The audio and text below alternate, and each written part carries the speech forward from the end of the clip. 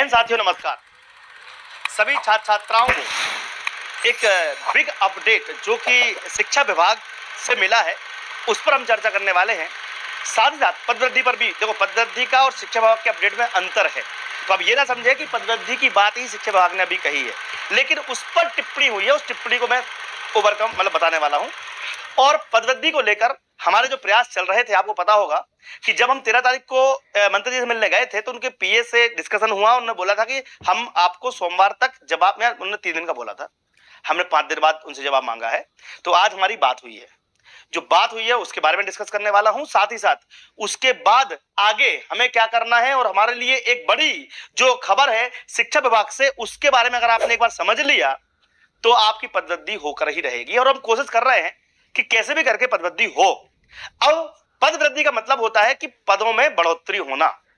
अब पदों में बढ़ोतरी क्या, हम मांग को 25,000 की कर रहे हैं टोटल, सब में वर्ग 2 वर्ग 3 मिला के, लेकिन कहीं ना कहीं हमें 10,000 से 15,000 के बीच की उम्मीद जग चुकी है।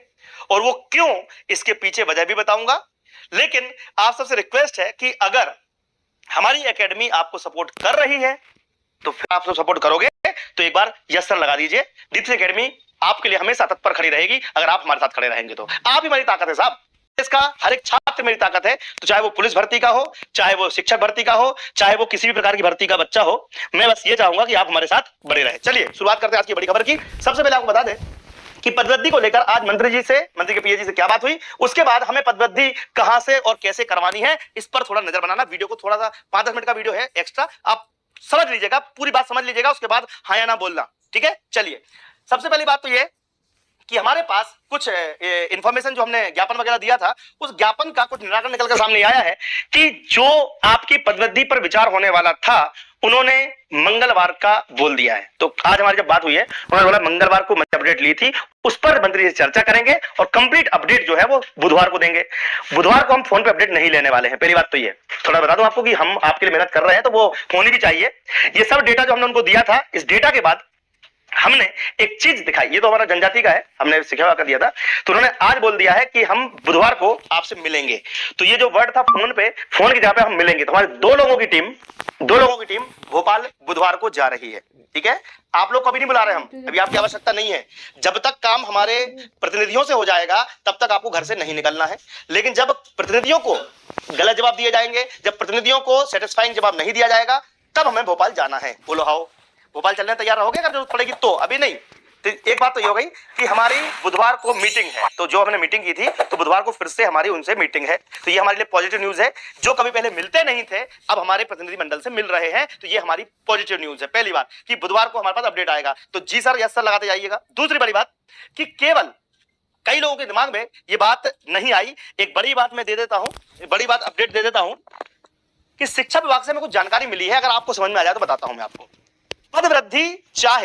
पदवृद्धि चाहे डीपीआई यानी लोक शिक्षण संचालनालय की भर्ती में हो, पदवृद्धि चाहे जनजाति कार्य विभाग में हो, पदवृद्धि होती है। समझ में आ रहा है भैया? वीडियो शेयर कर दीजिएगा, वीडियो शेयर स्टेटस पे लगा लीजिएगा, सबसे रिक्वेस्ट है। पदवृद्धि होती है। शिक्षा विभाग से हमें अपडेट मिला है कि केवल डीपीआई पदवृद्धि क्यों, डीपीआई में हमें थोड़ा सा मतलब मंत्री जी से थोड़ा सा हिंट ये मिला था कि 8-10 हजार तो बढ़ाने वाले हैं, अपने कहने पे 8-10 हजार बढ़ सकती है, लेकिन अभी उन्होंने मोहर नहीं लगाई है।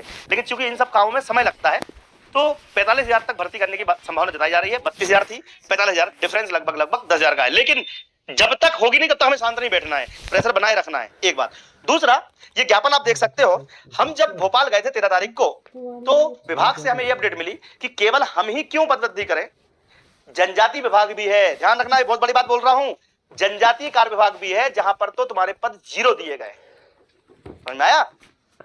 ओबीसी SC ST में दिखा रहा हूं, देखिए ओबीसी एवं ईडब्ल्यूएस की अनदेखी, विभाग द्वारा 847 पदों में ओबीसी ईडब्ल्यूएस के लिए 0 पद दर्शाए गए हैं, जो कि पूर्णतः न्यायपूर्ण है। ध्यान रखिएगा, अभी पदवृद्धि लगभग 10,000 की पदवृद्धि जनजाति विभाग में भी हो सकती है, जो हमारी बड़ी जीत का संसाधन बन सकती है। अगर आप लोग समझ गए हो बात को तो ध्यान रखिएगा, अगला टारगेट हमारा जनजाति विभाग है।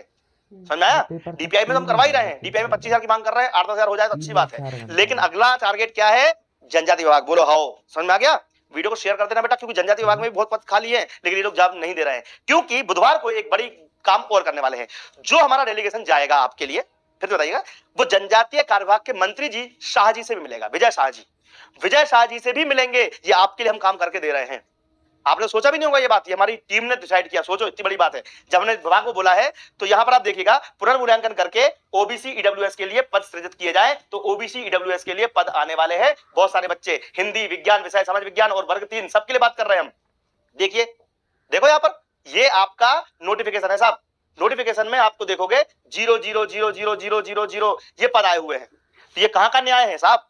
इस पे आपका नजर नहीं गई, लेकिन हमारी टीम की नजर गई है। अब ध्यान रखिएगा कि जब पदवृद्धि होने वाली है तो केवल डीपीआई ही क्यों करेगा, जनजाति कार्य विभाग भी करना चाहिए, क्योंकि बच्चे को नौकरी से मतलब है। अब ध्यान रखिएगा, हमने ये काम क्यों बीड़ा क्यों उठाया। अब शाह जी से मिलेंगे तो अभी तो हमारे मंत्री, शिक्षा मंत्री जी कौन थे, राव उदय प्रताप जी।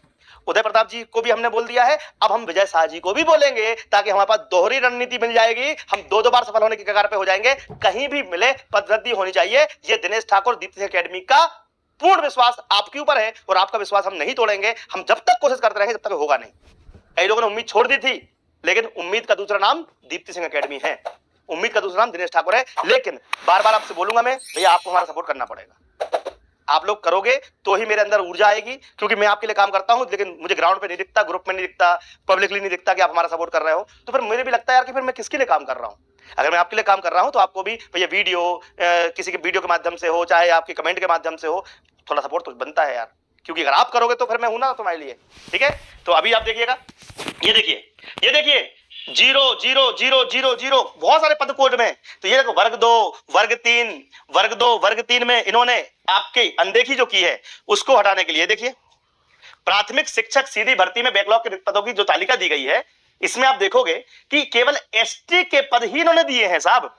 वर्ग 3 में तो एसटी ही काम करेंगे क्या जनजाति विभाग में? जब एससी, एसटी, ओबीसी सब बराबर मान्य हो रहा है, जब एससी एसटी के भाई बंधु हमारे जनजाति कार्य विभाग में पढ़ा सकते हैं, तो फिर क्या जनरल ओबीसी का बच्चा जनजाति नहीं पढ़ा सकता है? मुद्दे की बात की नहीं है, पहले तो ये बताओ। तो ये जागरूक करने के लिए आज मैं आया हूं कि पदवृद्धि कहीं भी हो, चाहे पदवृद्धि आपकी डीपीआई के थ्रू हो, चाहे पदवृद्धि आपकी जनजाति कार्य विभाग में हो, पदवृद्धि तो हम करा के रहेंगे, कहीं भी हो बच्चे को नौकरी में लगा के रहेंगे। और अगर आपका सिलेक्शन होता है तो क्या दीप्ति एकेडमी का नाम नहीं लोगे? भाई जिस व्यक्ति का डीएलएड में फॉर्म नहीं भर पा रहा था, जिस व्यक्ति का 7.7 कंडिका में नाम हट रहा था, तो ये बच्चे तो बाहर ही हो जाते। अगर सिलेक्शन होगा तो हमारी वजह से होगा। अगर आप ये नहीं मानते हो तो कोई बात नहीं, लेकिन अगर मानते हो तो कम से कम एक वर्ड मुंह से तो बोलो कि दीप्ति एकेडमी की वजह से ही आपका सिलेक्शन हो रहा है। नहीं तो डीएलएड का रिजल्ट वाले बच्चे, पूरे डीएलएड वाले बाहर हो जाते हैं इस साल वाले, 7.7 वाले पूरे बाहर हो जाते हैं इस साल वाले, जिन्होंने डॉक्यूमेंट सबमिट नहीं कर पाए थे, जिन्होंने भुगतान नहीं कर पाए थे, वो बाहर हो जाते। ये काम कोई नहीं करता। देखो पढ़ाना काम तो हमारे यहाँ बेहतरीन फैकल्टी, अभी आपको पता है प्रयागराज से जो कंप्लीट रणनीति है वो मैंने आपको बता दी है कि हमारे 2 टारगेट हो गए हैं। पहला डीपीआई के थ्रू हमें पद्धति करवानी है, जिसमें मंत्री जी अपने राव उदय प्रताप जी वो सपोर्ट करेंगे। उनके लिए बुधवार को हमारी मीटिंग फिक्स हो गई है, तो बुधवार को हम मिलने जाएंगे। समझा क्या? बुधवार को हम भोपाल में मिलने जा रहे हैं पदवृद्धि को लेकर। तो ये हमारा बड़ा अपडेट है। दूसरा, जनजातीय कार्य विभाग में भी हमें पदवृद्धि करवानी है। जनजातीय कार्य विभाग में हमें पदवृद्धि करवानी है, क्योंकि नया टारगेट हमको जो मिला कि जनजातीय कार्य विभाग में तो पदवृद्धि हो सकती है। उसको क्यों छोड़ रहे हैं हम भैया? अगर उसमें हमारी 5000 भी बढ़ गई तो भी हमारी जीत है। तो कुल मिलाकर हमें जीतना है। आप सबका रिक्वेस्ट है, सभी से वीडियो शेयर करिए, स्टेटस पे लगा लीजिएगा, धन्यवाद रहेगा। रेटिंग देंगे भैया, रेटिंग देने के लिए आप सबका बहुत बहुत धन्यवाद। गूगल प्ले स्टोर पर जाना और दीप्ति एकेडमी को 5 स्टार जरूर कर देना, 1 स्टार मत कर देना यार, नहीं तो उल्टा हो जाए। 5 स्टार पे जाके क्लिक करके आप सबका सपोर्ट चाहिए मुझे। जय हिंद, जय भारत, आपका दिन शुभ हो। धन्यवाद, थैंक यू वेरी मच।